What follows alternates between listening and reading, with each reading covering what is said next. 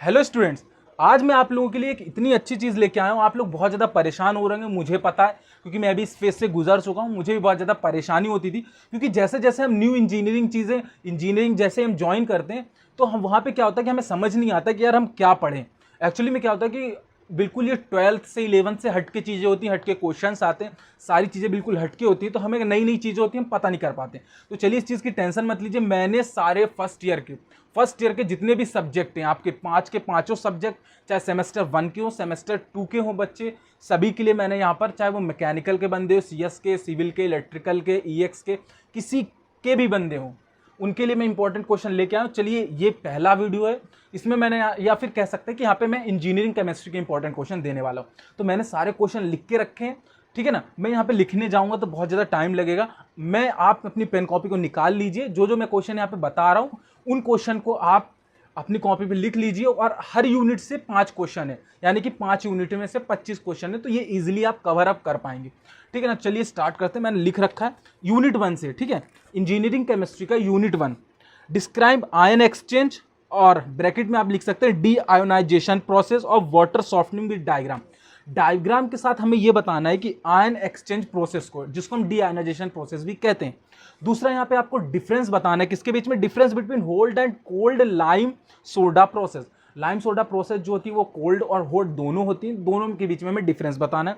तीसरा question phosphate conditioning के ऊपर है। फोर्थ नंबर का क्वेश्चन डिस्क्राइब जियोलाइट प्रोसेस, जो कि सबसे इंपॉर्टेंट क्वेश्चन है, मैं आपको बता रहा हूं। ये जो zeolite process, describe zeolite process of water softening, also right advantage and disadvantage of the process. सबसे इंपॉर्टेंट क्वेश्चन है, ये हमें करना है। और इसके नीचे वाला जो क्वेश्चन है, by water is passed first through cation exchange resin and then through anion exchange resin. ये दोनों क्वेश्चन बहुत ज्यादा इंपॉर्टेंट है। और आखिरी क्वेश्चन जो है यूनिट 1 का है, वो ब्रेक पॉइंट क्लोरिनेशन है। वो इतना ज्यादा इंपॉर्टेंट नहीं है ब्रेक पॉइंट क्लोरिनेशन, बट है भी, ठीक है ना। चलिए हम बात करते हैं यूनिट 2 की आते हैं।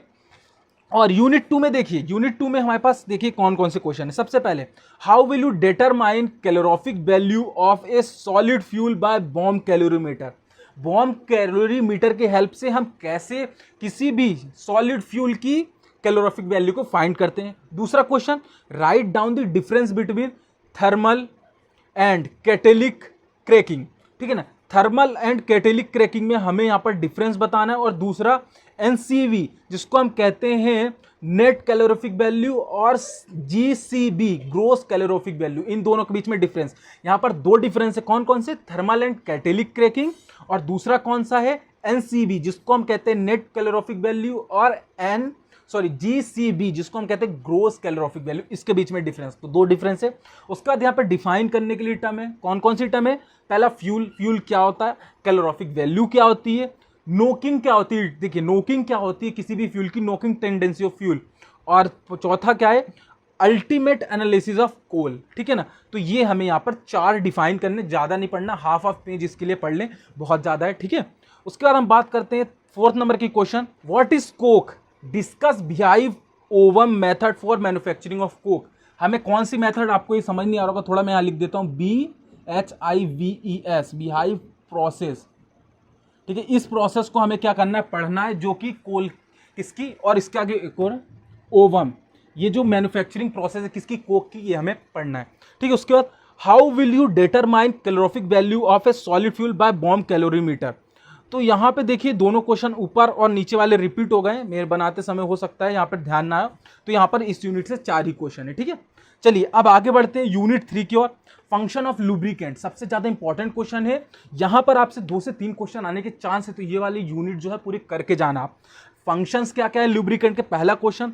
दूसरा, प्रॉपर्टीज ऑफ लुब्रिकेंट, जिसके अंदर आपको सबसे जरूरी, मैं आपको बता दूं, स्टीम इमल्शन नंबर तो आप करके ही जाना, Sam number, steam emulsion number, ठीक है, जिसको हम कहते हैं सेम, इसको आप पढ़ के जाना। बाकी और भी बहुत सारी प्रॉपर्टीज हैं किसकी, लुब्रिकेंट की, बाकी और भी प्रॉपर्टीज आपको यहाँ पे पढ़नी पड़ेंगी लुब्रिकेंट की, ठीक है। इसके बाद, discuss the thin film mechanism of lubricant with diagram, बहुत ज्यादा इंपॉर्टेंट क्वेश्चन है ये, जितने बता रहा हूँ ये इंपॉर्टेंट क्वेश्चन है लुब्रिकेंट चैप्टर के, ठीक है, यानी यूनिट 3 के। Discuss the thin film mechanism of lubricant with diagram, ठीक है। उसके बाद, define lubrication, explain the mechanism of hydrodynamic and boundary lubrication. देखिए फिर भी ये क्वेश्चन है, देखिए 4 क्वेश्चन शुरू के लुब्रिकेशन के ही ऊपर है। Define lubrication, explain the mechanism of hydrodynamic and boundary lubrication. ठीक है, ये कौन सा तो क्वेश्चन था, 4th। और 5th क्वेश्चन क्या है, write short note on grease. Grease के ऊपर हमें शॉर्ट नोट लिखना है। चलिए अब हम यूनिट 4 की ओर बढ़ते हैं। देखिए वीडियो जो है यहाँ पर थोड़ा सा ज़्यादा बड़ा हो गया होगा, हो सकता है नहीं भी होगा, मुझे नहीं पता, क्योंकि मेरे को बनाते समय ध्यान नहीं रहता कितना बड़ा वीडियो हो गया। ठीक है, चलिए यूनिट 4 की बात कर लेते हैं। व्हाट इज गुट्टा पर्चा, ये एक मेथड का नाम है। Mainly how vulcanization bring about change in property of rubber. ये इंपॉर्टेंट क्वेश्चन है, करना है। ये जो मैं गुट्टा पर्चा कह रहा हूँ ये आपके कॉलेज में पढ़ाया गया होगा, नहीं तो आपके सिलेबस में होगा ही होगा, इसको आपको पढ़ना है। What are high polymer, give classification of polymer, ये करना है। उसके बाद बात करता हूँ 3rd क्वेश्चन की, distinguish between thermoplastic and thermosetting. इसके बारे में आप डिटेल भी पढ़ना, थर्मोप्लास्टिक क्या होता है, थर्मोसेटिंग क्या होता है, तो आप डिफरेंस इजीली लिख पाएंगे। Define functionality of monomer with example, ये आपको क्वेश्चन करना है। Right the preparation and uses of polythene, ये वाला क्वेश्चन इंपॉर्टेंट है। पॉलीथीन की जो है यहाँ पर प्रिपरेशन और यूजेस ये करके जाना है। Short note on condensation and free radical polymerization. छोटे छोटे क्वेश्चन है इस यूनिट में, लेकिन सारे इंपॉर्टेंट क्वेश्चन है। ठीक है ना, शॉर्ट नोट किसके ऊपर, condensation and free radical polymerization के ऊपर करना है। अब ये जो मैं आपको क्वेश्चन बता रहा हूँ बहुत स्पीड में बता रहा हूँ, स्पीड में इसलिए बताने का है कि आप थोड़ा सा धीरे धीरे करके, मतलब कि थोड़ा सा आप स्पीड स्लो करके वीडियो देख के आप कॉपी में लिख लीजिए, क्योंकि यही क्वेश्चन अगर आप करके जाएंगे तो मैं डेफिनेटली कह सकता हूँ कि एक या 2 क्वेश्चन ही आपके क्वेश्चन पेपर से बाहर से आएगा, बाकी यहीं से ये क्वेश्चन पूरे रहेंगे। ठीक है ना, चलिए यूनिट 5 की बात कर लेते हैं। व्हाट इज चिलेट, ये इंपॉर्टेंट है। व्हाट इज चिलेट, चिलेट मतलब आप समझना, चिलेट, ठीक है, चिलेट ये आपको मिल जाएगा इस सिलेबस में। What is chelate and draw the structure of MEDTA,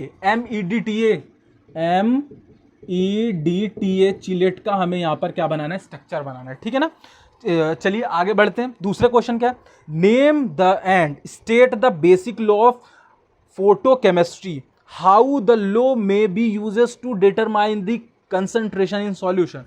ठीक है, एक बार और क्वेश्चन रिपीट करता हूँ, काफ़ी मैंने जल्दी जल्दी में लिख लिया तो थोड़ी राइटिंग इधर उधर है, तो मुझे खुद पढ़ने में थोड़ी डिफिकल्टी आ रही है, तो इसलिए मैं थोड़ा रुक रहा हूँ। Name and state the basic law of photochemistry, है ना। How the law may be use to determine the concentration in solution. समझ में आ गया आपको, ये आपके कॉलेज में पढ़ाया गया होगा, ये चीज़ नहीं पढ़ाई है तो आपके सिलेबस में है, आप अपनी बुक कोई सी भी रेफर कर रहे हैं वहां से क्वेश्चन जरूर करना। UV spectroscopy and IR spectroscopy, मतलब ये 2 क्वेश्चन करके जाएंगे तो इन दोनों में आपको इस यूनिट से एक क्वेश्चन फंस ही जाएगा। कौन सा, यूवी स्पेक्ट्रोस्कोपी या फिर IR स्पेक्ट्रोस्कोपी। उसके बाद explain principle and uses of gas chromatography with diagram. Gas chromatography को आपको क्या करना है, यहाँ पे पढ़ना है, उसके प्रिंसिपल को किसके, डायग्राम के साथ। यही कुछ 5 क्वेश्चन थे हर एक यूनिट से, 5 यूनिट के आपको इंपॉर्टेंट क्वेश्चन आई होप मिल गए होंगे। अगर आपने ये क्वेश्चन प्रिपेयर कर लिए तो मैं यहाँ पे डेफिनेटली कह सकता हूँ कि आप 70 मार्क्स का आपका एग्जाम होता है, और इस 70 मार्क्स में आप, मैं कह सकता हूँ 55 प्लस स्कोर करेंगे। ठीक है ना, अब ये जो आप 55 प्लस स्कोर करेंगे, ये अगर आपने पूरे क्वेश्चन कर लिए ना तो आपके पक्का इतने नंबर आ जाने। क्योंकि ये देखिए ये क्वेश्चन जो थे मैंने अपने समय पे, मैंने अपने हिसाब, तब तो मुझे इतना ज़्यादा कुछ पता भी नहीं था, तब मैंने ये क्वेश्चन किए थे और मेरे अच्छा खासा स्कोर हुआ था, इससे थोड़ा सा ज़्यादा ही आ गया था। इसलिए मैं आपसे बता रहा हूँ कि यही क्वेश्चन आपको करने हैं, और अब अगर आप ये क्वेश्चन कर लेंगे, वीडियो आपको अच्छी लग रही है, लग रहा है इंपॉर्टेंट क्वेश्चन है, तो वीडियो को लाइक और अपने दोस्तों के साथ शेयर करिए और चैनल को सब्सक्राइब जरूर करना है। ठीक है, मिलते हैं नेक्स्ट वीडियो के साथ अगले इंपॉर्टेंट क्वेश्चन पे।